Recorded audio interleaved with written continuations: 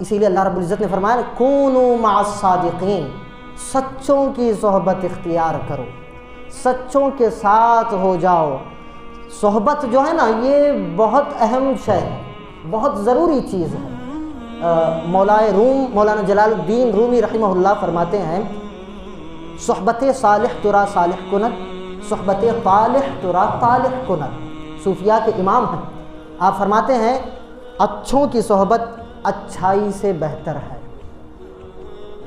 اچھوں کی صحبت، مثنوی شریف میں آپ فرماتے ہیں اچھوں کی صحبت۔ اب دیکھیں کتنا باریک جملہ آپ نے ارشاد فرمایا، اگر اسی جملے پر خطاب کروں تو 1 گھنٹہ ناکافی ہے، سمجھ رہے ہیں؟ اچھوں کی صحبت اچھائی سے بہتر ہے اور بروں کی صحبت برائی سے بدتر ہے، برائی سے بھی خطرناک۔ اب کیوں؟ اب پورا فوکس مولا روم نے صحبت پر دیا، سمجھ رہے ہیں؟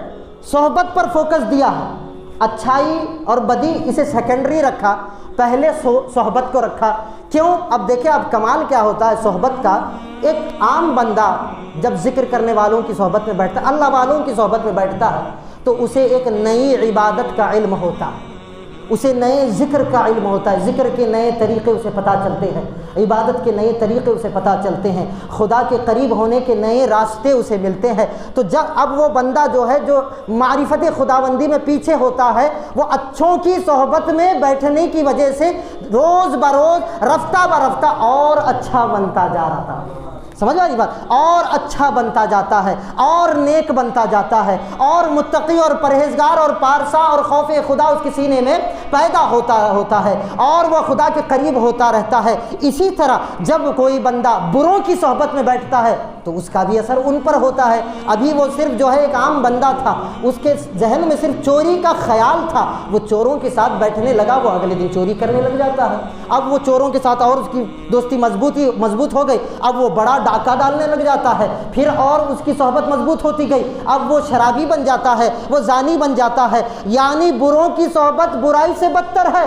آج وہ صرف پاکٹ مار تھا، کل وہ چور بن گیا، پرسوں ڈاکہ ڈالنے لگتا ہے، ترسوں بینک لوٹ لیتا ہے، یعنی اس کی برائی میں جو ہے وہ آگے بڑھوتری ہوتی رہتی ہے۔ اسی لیے صحبت کا اپنا بہت بڑا اثر ہوتا ہے۔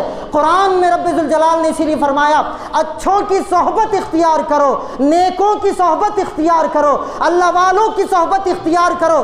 کیا ہوا اگر تم گناہگار تھے، کیا ہوا تم بدکار تھے، تم نے اللہ کی خاطر اللہ والوں کی صحبت کو اختیار کیا ہے تو ان کی صحبت کی برکت سے تمہاری بھی بخشش اور مغفرت ہو جائے۔